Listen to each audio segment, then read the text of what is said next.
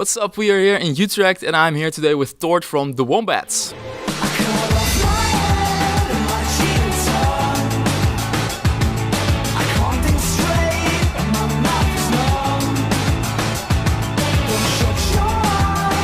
How is it going?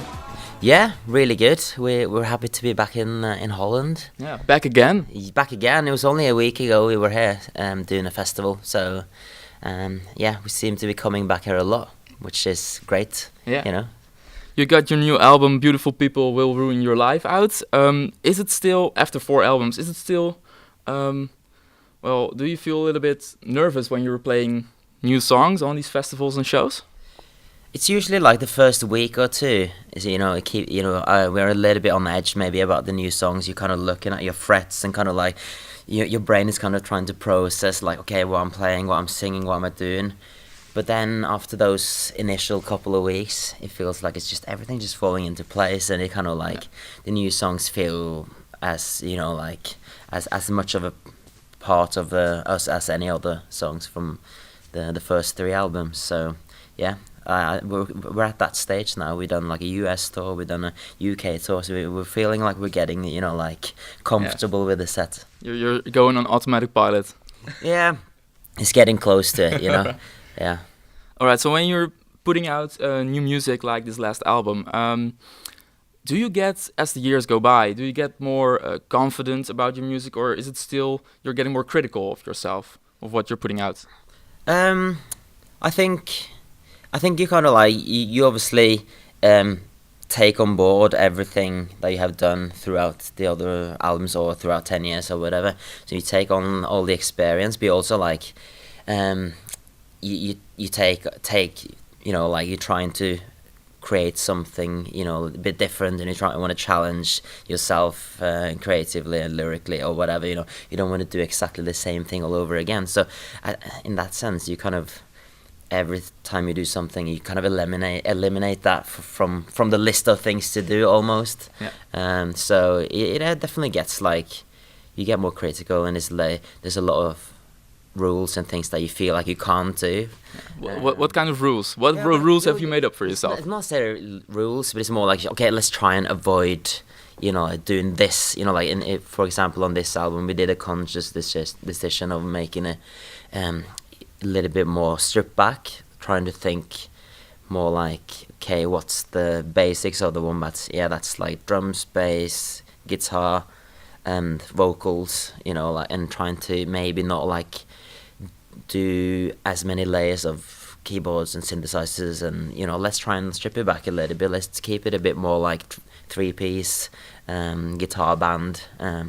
Obviously, at the end of the day, we ended up adding a few bits and pieces, of course, because it's exciting, isn't it? But I think there's definitely like elements of like trying to, you give yourself more restrictions as the years go by, and but at the same time you want to like be creative and explore new things as well. Yeah. So on the new record, which of the songs were like the most experimental, maybe a bit risky to put on the album?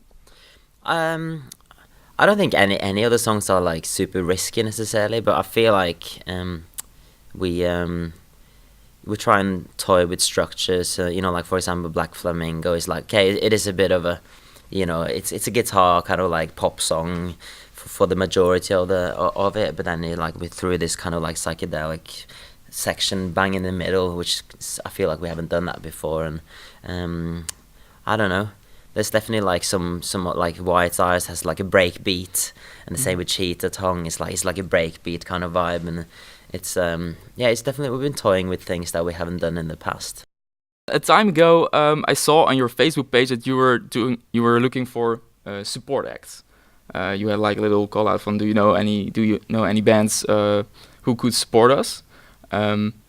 And I don't know which reactions came to that, but I was really surprised, and I thought it was really good that you would ask something like that.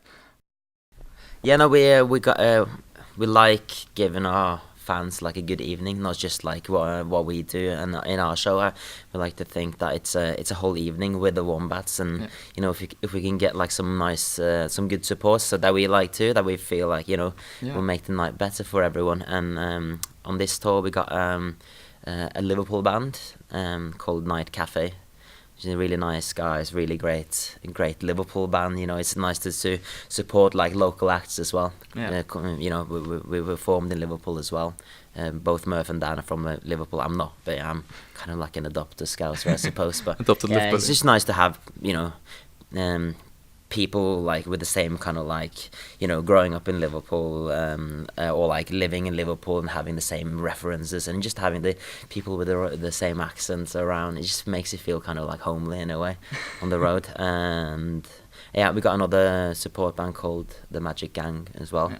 Another like Not from Liverpool. not from Liverpool, but like a band that we enjoy listening to. Yeah. So At one point in your career, you were the support band. You were the opening band. Yeah. How do you look back on that time at this Well, point?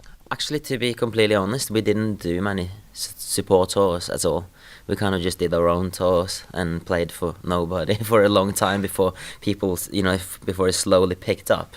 But we did a few one-offs. We did like some supports with Kaiser Chiefs. I remember that was only in Spain. But then we did Baby Shambles supports, and I remember like all those things, like playing the, you know, big, you know, like theaters for the first time and having that experience is like, you know, it's a new world really, like, it's super exciting, and I yeah, of course it's like it's super helpful as well. So when we came back to those cities, like you can grow like you know, an audience much quicker in that sense, if they like you. Because later this year you'll be a support act for Weezer and Pixies on a big tour. What is your connection with those two bands? Have you always loved them? Weezer was like Blue Album. I was, you know, ridiculously obsessed with when I was a teenager, and Say It Ain't So from the album was one of the first songs that I learned playing on guitar. And it's actually one of the reasons I wanted to be in a band. Weezer, like together with Green Day and Offspring as well. It was like a, you know, that it was a few skate punk band and stuff that I was into, and yeah, it basically triggered the whole thing. Like I was playing classical music up to that point. I was playing cello, and I was like, you know, I'm not actually listening to classical music. I kind of enjoy playing it, but I kind of want to be doing that, you know, like being a band and do like Weezer songs or whatever. So started playing Weezer covers, Green Day covers, and, you know, with some friends or whatever, and then we started eventually making our own songs. So it's literally one of the reasons I started, you know, or wanted to being a band.